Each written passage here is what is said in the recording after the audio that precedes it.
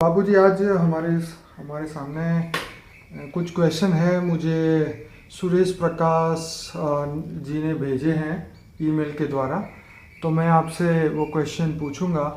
जैसे उन्होंने बोला है कि जन्म मरण के चक्र से छूटना केवल मुक्ति है या सालोक्य मुक्ति है?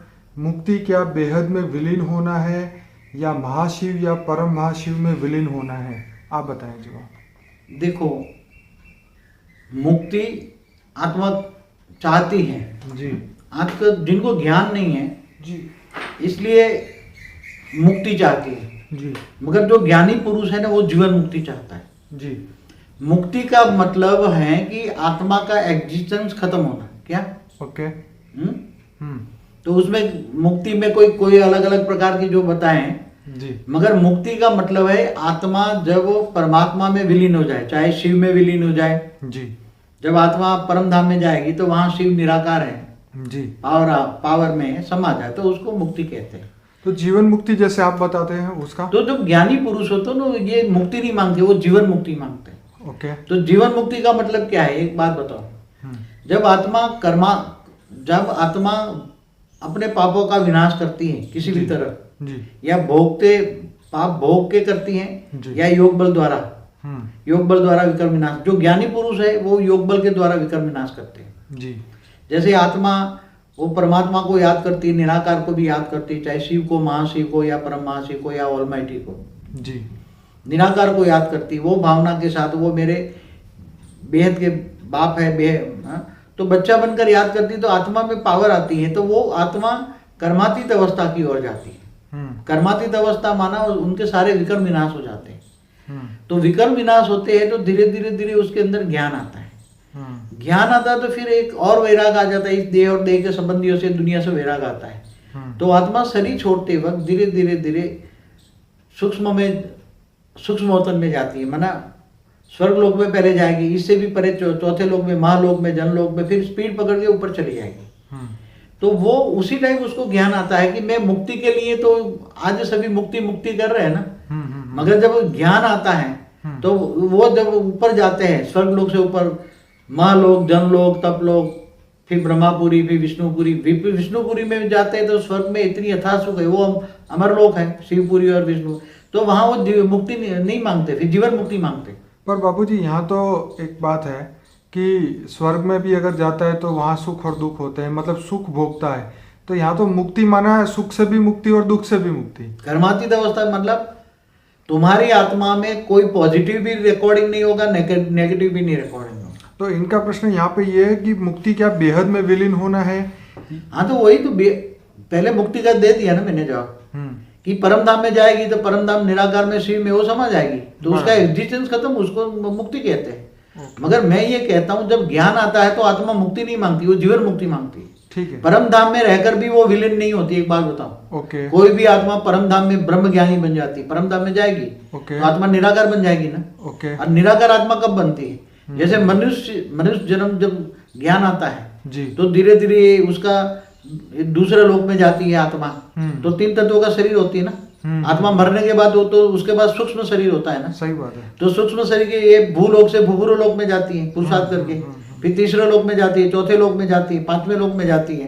तो ऐसे ऐसे करते जब विष्णुपुरी में जाती है तो वहाँ बेहद का परम सुख होता है, वैकुंठ में।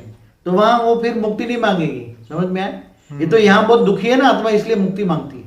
ओके। मुझे मुक्ति मिल जाए, मुझे कुछ नहीं चाहिए, सब मुक्त कर दे भगवान, मुझे मुक्त कर दे, ऊपर वाला मुझे मुक्त कर दे, बस मुझे कुछ नहीं चाहिए। क्यों? क्योंकि ये दुखों का सागर है, ये मृत्यु लोक है। अब जब विष्णुपुरी जाती है तो वैकुंठ है वो, तो वहाँ सेमी अमर लोक है। तो फिर विष्णुपुरी से गया हुआ वापस नहीं आता ना, तो स्वर्ग लोक में गया, स्वर्ग लोक से भी ऊपर, स्वर्ग लोक में तो गया हुआ वापस आता है। तो वैकुंठ में जाने के बाद वो जीवन मुक्ति, जो वैकुंठ में रहता है आकारी रूप में, उसके बॉडी है परम तत्व की, तो वो जीवन मुक्ति में आ गए ना। जीवन में है मगर मुक्ति का अनुभव करे, उसको जीवन मुक्ति कहते हैं। ये आज का जवाब मुझे बहुत ही अच्छा लगा, जो आप अभी आपने बताया। तो जो आज आत्मा मुक्ति मांगती है, जब ज्ञान आता है तो वो मुक्ति नहीं मांगती। फिर इवन विष्णुपुरी से ऊपर जब बहुत परम सुख से, जब आत्मा बहुत परम सुख भोगती है ना, बहुत सुख रहती है वहां बहुत, तब वो चाहती है मुझे शांति चाहिए, परम सुख भोग लिया ना, परम शांति चाहिए। क्या चाहिए? परम शांति चाहिए। तो विष्णुपुरी से शिवपुरी में जाती है ऊपर। तो शिवपुरी में अंदर परम शांति है। क्या है? परम शांति है। और फिर वो चाहती है कि मैं निराकारी बन के परम धाम में जाऊं। तो परम धाम में जाने के बाद कैवल्य अवस्था होती है, आत्मा निराकार होती है, उसके अंदर कोई कर्म बंधन नहीं है, इसलिए कर्मातीत अवस्था हो गई आत्मा की। इसलिए शिव समान बन गया, जीव से शिव बन गया। क्या बन गया? जीव से शिव बन गया। जीव से शिव बन गया। अब उसके अंदर ज्ञान आ गया। क्या आ गया? ज्ञान। शिव समान बना, ज्ञान स्वरूप बन गया आत्मा। वाह वाह वाह। आत्मा से परमात्मा बन गया। क्या बन गया? तो परमात्मा बन गया तो ज्ञान आया। बोले अब मुझे तो शिव से महाशिव के पास जाना है। हाँ, उसको ज्ञान आया ना। सही बात है। उसको तो पूरी गैलेक्सी का ज्ञान आएगा। उसके बाद दिव्य दृष्टि आएगी। निराकार को तो बहुत ज्ञान होता है। फिर बोले अब मुझे महाशिव के पास जाना है, तो वो मुक्ति नहीं लेंगी। ये तो यहाँ मनुष्य मुक्ति मांगते हैं। ओके। ऊपर देवता कोई मुक्ति नहीं मांगता। और चौथे महालोक जनलोक लालोक पुरुषार्थ करके स्वर्ग ऊपर जाते हैं। और स्वर्ग वो वैकुंठ विष्णुपुरी में जाने के बाद कोई मुक्ति नहीं मांगता। फिर शिवपुरी में जाते, परमधाम में जाने के बाद वो कहता है मुक्ति, कौन मुक्ति लेगा? ज्ञान आता है, जीवन मुक्ति का अनुभव होता है। तो फिर वो प्रोसीडिंग में आती है ना, तो सोल ऑफ जर्नी शुरू हो जाती है। क्या बन गई? परमात्मा बन गई, डिवाइन सोल बन गई। तो फिर महाशिव के पास, महापरम धाम के पास जाएगी धीरे धीरे करके। फिर ऐसे तो ये सब जर्नी होता है।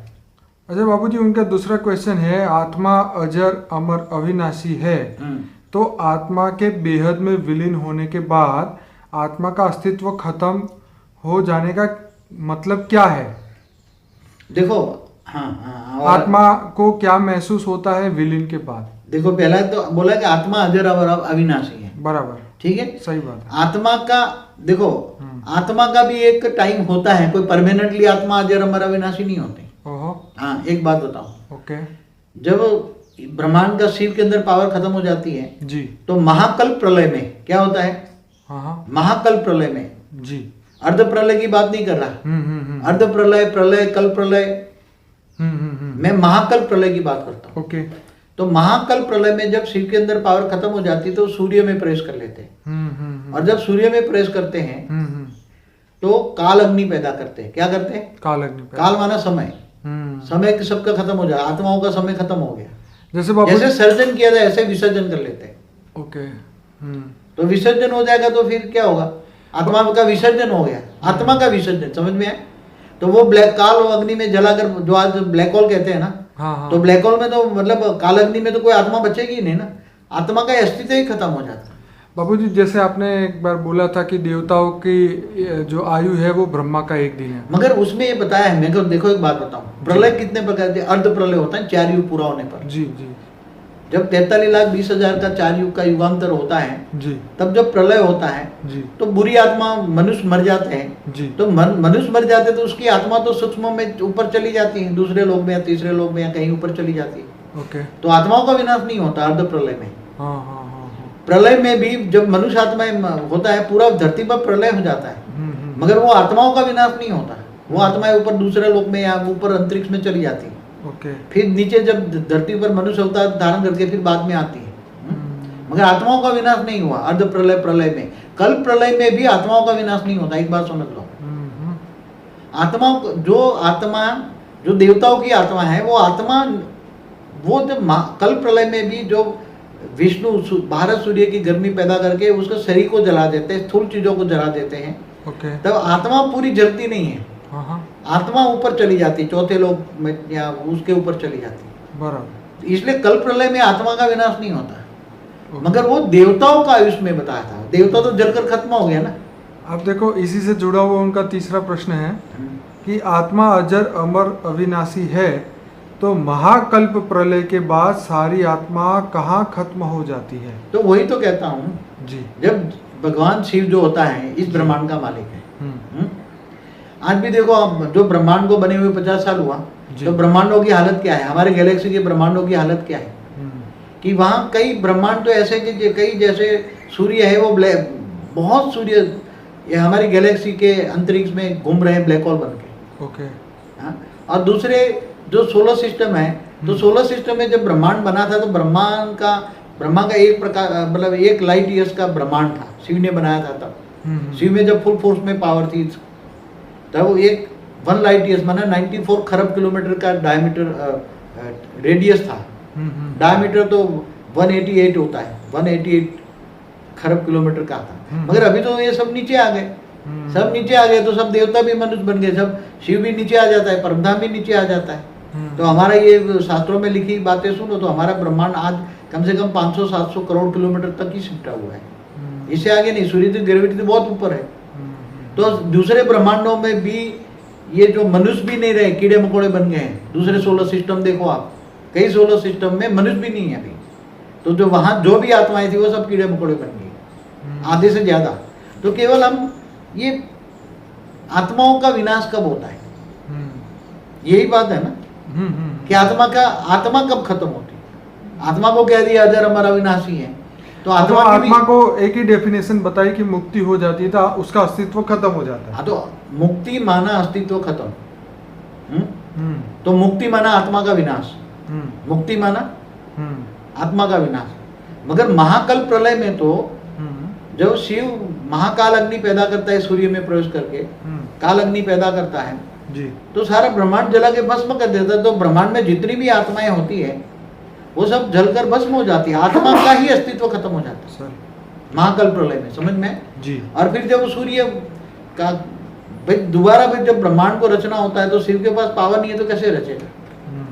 तो वो ब्लैक होल बन के अंतरिक्ष में पड़ा रहेगा और वो चारों ओर गैलेक्सी में घूमता रहेगा। ये वो आज बहुत साइंस वाले भी कह रहे हैं बहुत ब्लैक होल अंतरिक्ष में घूम रहे हैं हमारे गैलेक्सी के। ऐसी तरह यूनिवर्स में भी बहुत गैलेक्सी के महा ब्लैक होल घूम रहे हैं, महाशिव भी ब्लैक होल बन के घूम रहे हैं। इसलिए जब महाशिव भी अनंत कोटि ब्रह्मांडों को अपने रोम रोम में समा लेता है तो जितनी ब्रह्मांड की आत्माएं सब तो शिव में समा गई और महाशिव में भी सारे शिव समा गए, तो शिव का भी अस्तित्व खत्म हो गया। तो जब शिव महाशिव में समा जाता है तो शिव का भी विलन हो जाता है, वो भी विलन। शिव की आत्मा खत्म हो गई। और महाशिव का भी ऐसा होता है जब यूनिवर्स खत्म होता है जी, परम महाशिव होता है। जब यूनिवर्स में टाइम नहीं पावर नहीं रहती परम महाशिव में, तभी पूरी गैलेक्सियों को वो अपने अंदर समा लेता है। जो हमारे दूसरे जो मल्टीवर्स हैं, हमारे एक क्लस्टर ऑफ मल्टीवर्स है जी, इसमें खरबों मल्टीवर्स का एक क्लस्टर है। ऐसी तरह दूसरा एक क्लस्टर है मल्टीवर्स का जी, उसके अंदर कईयों ने गैलेक्सियों को यूनिवर्स को भी समाप्त करते, ग्रेट यूनिवर्स समाप्त करते बैठे हुए हैं। जो एक क्रिएटर होता है जैसे परम महाशिव है तो महाशिव का क्रिएटर है, गैलेक्सियों का क्रिएटर है। तो जब परम महाशिव में पावर नहीं होती तो वो भी महाशिवों को अपने रोम रोम में समा लेता है जी, और वो जब परम महाशिवों में पावर नहीं होती जी, तो वो भी यूनिवर्स को भी अपने रोम रोम में समा लेते हैं। ऐसे कई क्लस्टर ऑफ मल्टीवर्स है, कई तो उस समय ये जो समय होता होगा जो आप बता रहे हैं, मगर समय की बहुत बड़ा है ना। समय आप गिनती गिनो, समय कितना समय है आप गिनती कर। साइंस वाले भी नहीं ढूंढ पाए correlation between time space and speed पे। हाँ, पहले मैंने एक वीडियो में बोला हुआ है कि जैसे ब्रह्मा का 100 साल बराबर महाशिव की एक पल, कितना, और ब्रह्मा का एक दिन बराबर धरती पर 1000 चतुर्युग। 1000 चतुर्युग माना 4 अरब 32 करोड़ साल, और इतनी ब्रह्मा की रात। तो ब्रह्मापुरी में ब्रह्मापुरी में दिन रात होता है तो 8 अरब 64 करोड़ साल होता है। तो ये ब्रह्मा का 100 साल का आयु कितना, ब्रह्मांड की आयु ब्रह्मा का 100 साल। मगर महाशिव की तो प्रतिपल अनंत अनंत ब्रह्मांड बनते बिगड़ते हैं ना, तो महाशिव की तो एक पल हुई ना। हाँ, तो ऐसी तरह परम महाशिव की एक पल बराबर महाशिव का 100 साल समझो। एक बेसमेंट बनाओ तो परम महाशिव का कितना आयुष होगा। हर कोई का एक आयुष होता है, चाहे शिव हो, महाशिव हो, परम महाशिव हो। मगर जो आत्माएं जैसे हमारे ब्रह्मांड का पूरा होने का उसको पता लग गया कि अब ये ब्रह्मांड वाइंड अप होने वाला है, तो ये आत्मा हमारे परमधाम से दूसरे परमधाम में चली जाती है या अंतरिक्ष में चली जाती है। जैसे आपने मार्कंडे मुनि क्या बताया था, मार्कंडे मुनि की आयु ब्रह्मा का 15 साल था। जब जब धरती पर विनाश होता तो ऊपर चला जाता। ओके, तो कल प्रलय में भी उसका विनाश नहीं होता। मगर तो ब्रह्मा का 15 दिन तो साधारण बात है ना। मगर कई ऐसी आत्मा है जो ऑलमाइटी अथॉरिटी मुझे कभी बहुत दिखाता है, समझाता है, ज्ञान देता है जब मैं योग करता हूँ, ध्यान करता हूँ। तो ये जर्नी ऑफ में चली जाती है आत्मा, तो उसका विनाश नहीं होता, वो गैलेक्सी में चली जाएगी। अब जब महाशिव का महाकाल प्रलय होता है तो वो तुम यूनिवर्स में चली जाएगी।